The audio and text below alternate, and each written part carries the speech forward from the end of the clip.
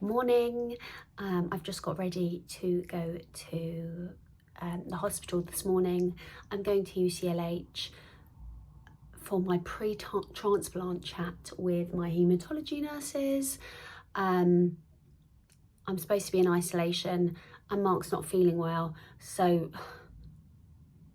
it's not great, but we will all be masked up. I will probably sit in the back of the car, windows open. I mean, why I've done my hair and got ready, I've just thought, why not? Actually, Lacey did my hair yesterday because I just didn't have the strength, even though it's short now. She washed and blow dried it for me, bless her, because I had a bad day yesterday and I did something really silly. I took my walking frame into the toilet thinking it's going to help me. Backfired on me because I slipped onto my socks, went flying into the side of my metal toilet frame, into the side of my ribs. No one was in the house. I truly winded myself. Like, you know, in that, I was like, this is great. Stopped panicking. And I don't know about you guys, but when I don't feel well, I just want to lie on a cold, hard floor. And I needed to be able to get like my breath back. My mum ended up actually coming over after I hadn't replied to messages for like an hour. I just didn't want to speak to her because I knew that I'd have to tell her and she would worry. But thank God she came over because I've been in agony for 24 hours. I mean, if I've broken a rib, what difference? Can't do anything anyway. Anyway, that was yesterday, first day of isolation. It was hard giving the kids cuddles. They made me the cutest hamper. But we did have a laugh because in the hamper, they put in hair clips to clip my hair back in when I do my skincare. And then we laughed because we were like, I'm going to be bald. So made it a bit lighter. They did a book for me to journal in and they'd cut out pictures of songs and that they want me to listen to. And apparently I have to review them. But that was really gorgeous. But so this morning, I'll be going up there. Then I've got a call with a haematologist later, just to go over everything. And I have to give my consent to the chemotherapy. So, bit of an exciting morning. And tomorrow I've got a bone scan, like one of these bone density scans to see how your bones are doing. So I've got 2 busy days, which is great when you're in isolation, but it is what it is. They're important things that I've got to get done. I keep saying a lot and I'm really annoyed about it. I can hear myself. Need to find another word. So that's this morning. I will report back later on how it all went when I meet Milan and Lester. Those are my 2 nurses. Said it again. I'll see you later. Just at UCH, waiting to have some bloods done. Being very quiet, but I'm taking advantage of the free bottles of water.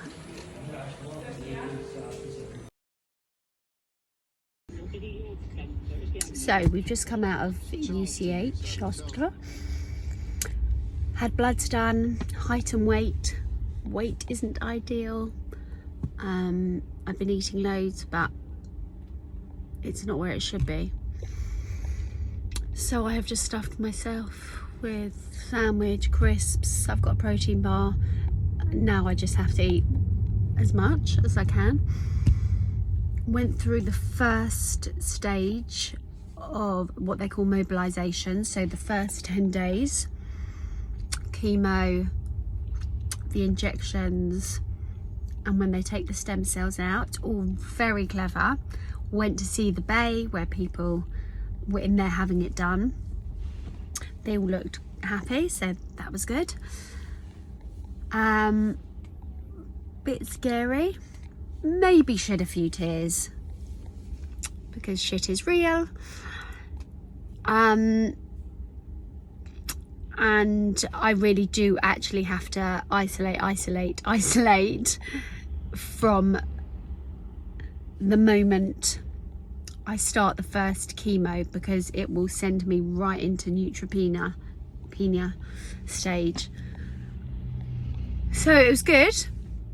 Lots of information, and now we are going on to London Bridge to meet the haematology nurses, have a look at where I'm going to be staying, maybe answer some questions. I have no idea. But we're having a fun day, Mark, aren't we? Very much so. Very much so. See you soon. Okay, Mark's gone to get me a coffee. That was a very quick visit to London Bridge. They showed me a similar room that I'm going to be in. So clever. I'm going to be in a specialised room that has a pressurised chamber that the nurses go through, which kind of takes away all the bacteria before they actually come into my room, because they're monitoring me the whole time. They are taking my weight every day, they're checking my blood every day. I'm seeing dietitians, physiotherapists. Don't have Sky, but I do have a phone. It's a very nice room. I've got a duvet. Need to bring in very comfortable clothes, so I think I need to get some more stuff from Primark, which is a problem now because I can't go out. Oh, okay. Mark, you okay? Yeah, who's that? To everyone on my thought you were vlog. on FaceTime to someone. No, not on FaceTime. Just saying how lovely the room is and how clever it was being so pressurised. Also, how amazing. There's a terrace you can go onto. It's too. No, please don't leave me out. Okay. There's too stuffy. Okay. There is a terrace I can go onto if the weather's nice before I'm neutropenic. And if I am not strong enough to take myself down on my walker because the chemotherapy is going to make me exhausted, they can wheelchair me in. And it's outside on the top. You get an amazing view of London. And on the days where it's nice weather to begin with, I think it'll be really important for me to get out and get some fresh air and just have some time. I'd like to say some time to myself, but I'm going to be by myself for 4 weeks. Just to get some fresh air. So I said, can you order lattes? And he said, yes. And I said, well, do you have oat milk or almond milk? And he said, yes, you can put that request in. So I'm so happy. I mean, it sounds pathetic. It's very scary going in there. You're in the cancer centre and you see all these people and you liken MS to that. I mean, you'd rather that, wouldn't you? Because it relapses, anything comes on at any time. She's done blood. Okay, I'm going to come back. It's too windy. Sorry about that. Anyway, all looks good in there. It is what it is. That's just the saying. It is what it is.